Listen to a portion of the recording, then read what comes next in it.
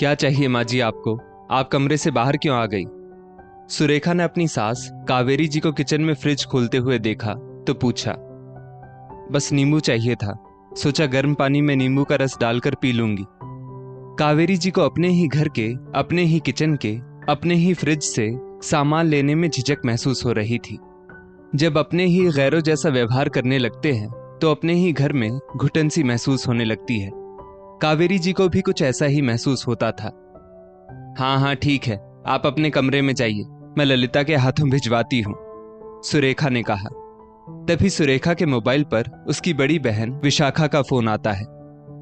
अरे सुरेखा, हम इंडिया आ रहे हैं, मेरे जेठ की बेटी की शादी है, विशाखा बोली।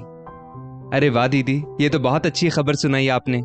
कितने सालों बाद हम मिलेंगे, ये सोच सोच कर ही मैं अभी से खुश हुए जा रही हूँ। समय निकाल कर आना, साथ छुट्टियां बिताएंगे, घूमेंगे फिरेंगे, बड़ा मजा आएगा। वरना तो 4-5 सालों से वीडियो कॉल पर ही बात हो रही है, सुरेखा ने कहा। हाँ सुरेखा, विदेश में बसने का यही थोड़ा सा नुकसान है, जब चाहो तब अपनों से मिल नहीं सकते। पिछली बार आई थी तब भी तुम्हारे घर नहीं आ पाई थी, बस भाई के घर ही आपस में मिल लिए थे हम सब। अब कम समय के लिए आना होता है, उसमें भी ससुराल के किसी न किसी रिश्तेदार के यहाँ जाने का प्रोग्राम पहले से ही तय हो चुका होता है। इस बार पूरे 4 दिन रहूंगी, बच्चे भी साथ आएंगे। पहले ससुराल जाएंगे, फिर तुम्हारे घर आएंगे, फिर हम साथ में ही भाई भाभी से मिलने चले जाएंगे नासिक। ठीक रहेगा ना प्रोग्राम?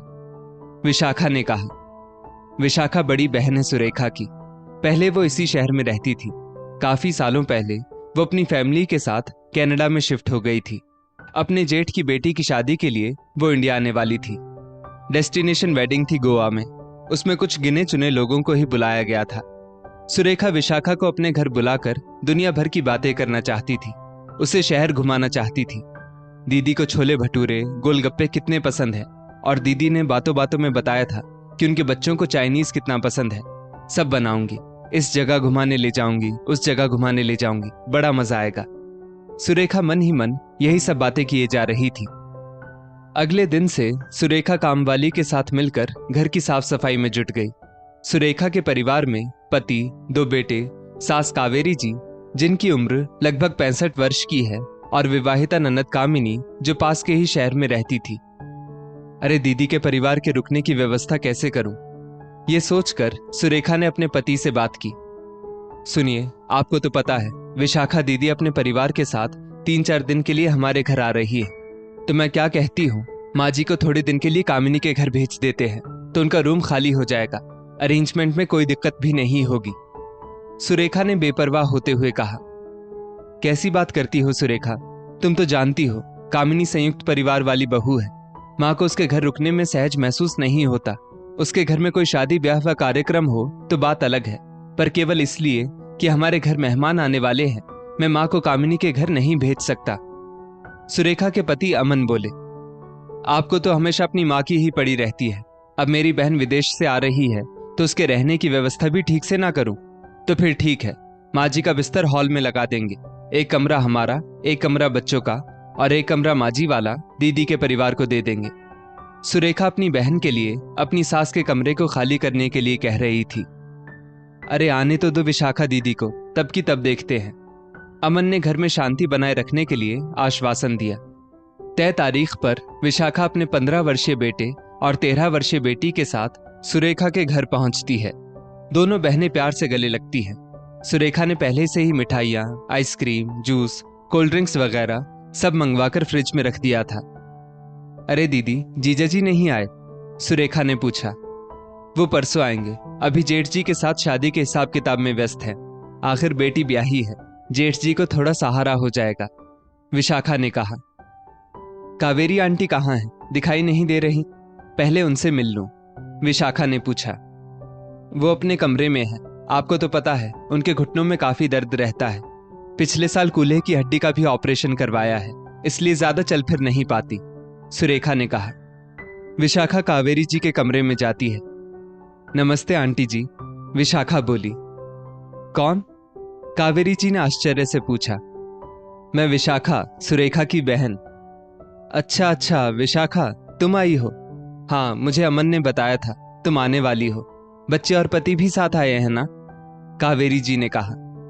बच्चे साथ आए हैं, पवन जी परसों आएंगे। विशाखा ने अपने बच्चों को कावेरी जी से मिलवाया। अरे दीदी चलिए, खाना लग गया है। आपकी और बच्चों की पसंद की सारी चीजें बनाई हैं, जल्दी चलिए वरना खाना ठंडा हो जाएगा, सुरेखा बोली। आंटी जी ने खाना खा लिया सुरेखा? विशाखा बोली। नहीं, उनका खाना मैं उनको कमरे में ही परोस दूंगी दीदी, सुरेखा बोली। विशाखा ने देखा सुरेखा ने झटपट फ्रिज में से लौकी की सब्जी निकाली और कामवाली को बर्तन में से थोड़ी सब्जी निकालकर गर्म करने को बोल दिया। कटोरी में लौकी की सब्जी परोसी, साथ में रोटी और कल के बचे चावल को माइक्रोवेव किया और कामवाली के हाथों सास की थाली उनके कमरे में पहुंचा दी। अरे सुरेखा, तुमने इतना कुछ बनाया है लेकिन अपनी सास की थाली में बासी खाना परोस दिया, और कुछ नहीं परोसा, विशाखा बोली।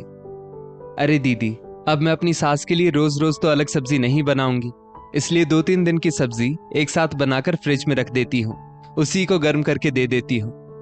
दीदी, मेरी सास की जीभ में जरा भी कंट्रोल नहीं है, ज्यादा चलती फिरती नहीं है, इसलिए खाना हजम नहीं हो पाता, इसलिए कामवाली से कहकर सादा खाना ही बनवा देती हूँ, सुरेखा बोली। और दीदी, पूरी 4 रोटी दी है, कम तो नहीं है, सुरेखा ने फिर कहा। विशाखा ने देखा कामवाली के द्वारा बनाई गई मोटी मोटी रोटी के किनारे के भाग ठीक से सिके भी नहीं थे, कच्चे रह गए थे। कावेरी जी ने बिना कोई शिकायत किए रोटी के किनारे का हिस्सा निकाल दिया और बीच की रोटी खा ली। ऐसा करने से 4 रोटी 2 रोटी बनकर रह गई।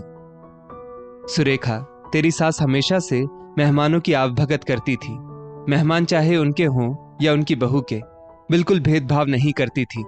आज उन्हीं की थाली में बासी खाना ये अच्छी बात नहीं है। एक मेरी सास थी जो कहती थी बहू के मायके वाले आ रहे हैं, इसमें खातिरदारी करने की क्या बात है, हम बेटे वाले हैं, उनकी चाकरी क्यों करें। सास भले ही रसोई में नहीं आती थी, पर क्या बनेगा और क्या नहीं ये वही निर्धारित करती थी। सुरेखा, तुमने इतना सब कुछ बनाया खाने में, तो थोड़ा थोड़ा आंटी जी को भी चखा दो, थोड़ा तो खा ही सकती हैं वो, कुछ नहीं होगा। अरे हमारा पेट भी कभी कभी खराब हो ही जाता है, तो क्या हम खाना छोड़ देते हैं। विशाखा ने एक प्लेट में थोड़ी पनीर की सब्जी, 1 पीस कटलेट, छोटी सी कटोरी में फ्रूट कस्टर्ड, 2 चम्मच पुलाव रखा और कावेरी जी के कमरे की तरफ चल दी। ये देखते ही कावेरी जी की आंखों में खुशी की चमक तैर गई। विशाखा ने रात को सोने की व्यवस्था इस प्रकार से करवाई। सुरेखा, एक्स्ट्रा गद्दे तो होंगे ही ना, मेरा बेटा बच्चों के कमरे में एडजस्ट हो जाएगा और हम माँ बेटी आंटी जी के कमरे में। अगले दिन बातों बातों में सुरेखा बोली, दीदी तुम आई हो तो जरा अमन जी को समझाओ, वो कह रहे थे माँ जी के लिए 4 सोने की चूड़ियां बनवाना चाहते हैं। सोने का भाव आसमान छू रहा है, बच्चे भी बड़े हो रहे हैं, उनकी पढ़ाई का खर्चा कम से कम 2-2.5 लाख तो चूड़ियों में लग ही जाएंगे। इस उम्र में माँ जी 2 लाख की चूड़ियां पहनकर कहाँ जाएंगी, सुरेखा बोली। तभी वहां अमन आता है। दीदी, माँ हाथों में नकली चूड़ियां पहनती है, इस बात की उन्होंने कभी शिकायत नहीं की। मैंने माँ को बचपन में हमेशा गहनों में ही देखा है। माँ के गले में दमकता मंगलसूत्र, एक हार भी था जो वो शादी समारोह में पहनती थी, कानों में बड़े बड़े सोने के झुमके, हाथों में सोने के कंगन, कितनी सुंदर लगती थी माँ। उनके पास बहुत गहने थे, पर पापा की कैंसर की बीमारी ने एक एक करके सारे गहने माँ से छीन लिए। पापा की सरकारी क्लर्क की नौकरी थी, सब गहने सारी बचत लगाकर भी हम पापा को बचा ना सके। मुझे पापा की जगह अनुकंपा नौकरी मिल गई। पापा की बीमारी में हमने रिश्तेदारों से कर्ज भी ले रखा था, पर मेरी नौकरी से धीरे धीरे जिंदगी पटरी पर आने लगी थी। फिर माँ ने मेरी बहन कामिनी के लिए गहने बनवाए, मेरी शादी में सुरेखा के लिए गहने बनवाए। मैं कहता भी था माँ से कि आप अपने लिए भी कुछ बनवाओ, तो माँ कहती थी कि अब उन्हें गहनों का ज्यादा शौक नहीं है, सामने कितने खर्चे पड़े हैं, जब व्यवस्था होगी तब बनवा लूंगी। इस महंगाई के जमाने में जैसे तैसे कुछ रकम जमा होती थी तो सोचता था माँ को सोने की चूड़ियां बनवा दूंगा, लेकिन फिर कोई ना कोई नया खर्चा निकलकर सामने आ जाता था। साल भर पहले हम साउथ घूमने गए थे, तब माँ कामिनी के घर थी। इस साल माँ के 65वें जन्मदिन पर मैं उन्हें उपहार स्वरूप सोने की चूड़ियां या कंगन देना चाहता हूँ, तो सुरेखा मना कर रही है, कह रही है कि इन पैसों से शिमला घूमने ले चलो।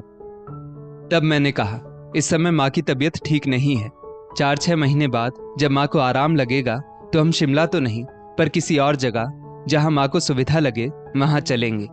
सुरेखा माँ को साथ ले जाना नहीं चाह रही है, जबकि पिछले साल ही हम साउथ घूमने गए थे, उसके पिछले साल राजस्थान। तब भी माँ कामिनी के घर ही रही थी। सुरेखा ना ही माँ के लिए सोने की चूड़ियां खरीदने दे रही है और ना ही उन्हें साथ घूमने ले जाना चाहती है। एक कमरे में पड़ी रहती है मेरी माँ। सुरेखा नौकरानी के हाथों माँ को खाना पीना दे देती है। माँ के किसी रिश्तेदार का घर आना सुरेखा को पसंद नहीं है। बच्चों को भी उनके साथ समय बिताने नहीं देती। और आप जानती हैं दीदी, ये घर माँ के नाम पर था, पर सुरेखा ने लड़ झगड़ कर जिद में आकर मकान माँ से मेरे नाम करवा दिया था कि माँ के जाने के बाद मेरी बहन कामिनी इस घर में अपना हिस्सा ना मांग ले। ऐसी तो इसकी सोच है। मेरी बहन ने खुशी खुशी मकान से अपना हिस्सा छोड़ दिया। माँ ने हमेशा सुरेखा को बेटी की तरह समझा, ना कोई रोक लगाई और ना ही कोई ताना दिया। बड़े प्यार और धैर्य के साथ सब काम सिखाए। माफ कीजिएगा दीदी, पर सुरेखा थोड़ी स्वार्थी है। जबकि 3-4 साल पहले ही सुरेखा को मैंने 10वीं सालगिरह पर सोने का हार उपहार में दिया था। मैंने कितनी बार इसे प्यार से समझाना चाहा कि किसी दिन हम भी बूढ़े होंगे, तब अगर हमारी संतान भी हमारे साथ ऐसा बर्ताव करेगी तो कैसा लगेगा। अमन ने इतने सालों के बाद आज अपनी चुप्पी तोड़ी। सुरेखा, मुझे तुमसे ये उम्मीद बिल्कुल नहीं थी। अमन जी ने हमेशा तुम्हारा और बच्चों का ध्यान रखा है।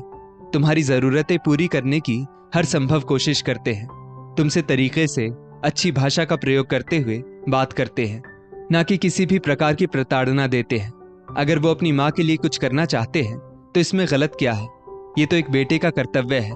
पति की कमाई पर सिर्फ उसकी पत्नी का ही हक नहीं होता। हमारे बच्चे हमसे ही तो सीखते हैं। अपने बच्चों में अच्छे संस्कार डालने के लिए हमें अपने घर के बड़े बुजुर्गों को सम्मान और प्यार देना चाहिए। तुम अपने पति की माँ का सम्मान नहीं करोगी तो अपने पति के दिल से भी उतर जाओगी। मैं तुम्हारी ऐसी हरकतों का जरा भी समर्थन नहीं करूंगी। आंटी जी कितनी सहजता से घर की साफ सफाई से लेकर रसोई के काम भी संभालती थी। आज जब वो शारीरिक रूप से कमजोर हो गई है तो तुम्हारे लिए बोझ बन गई है। रत्ती भर भी फिक्र नहीं है उनकी तुम्हें। तुम ये ना सोचो माँ जी को 2 रोटी देकर तुम उन पर एहसान कर रही हो, जबकि सच्चाई तो ये है कि सब अपने अपने नसीब का खाते हैं। हम सबके भरण पोषण का इंतजाम भगवान ने कर रखा है। विशाखा ने सुरेखा को सच्चाई का आईना दिखाया। हाँ दीदी, आप सही कह रही हैं।